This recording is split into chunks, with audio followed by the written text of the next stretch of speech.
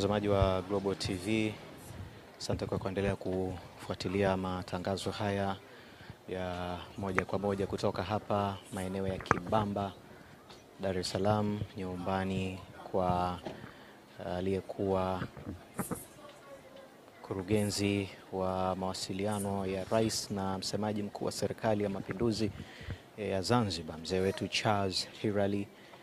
ambaye ametutoka tarehe 11 alfajiri ya tarehe 11,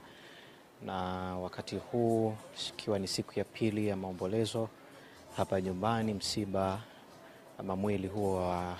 mzee Charles unawasili hapa nyumbani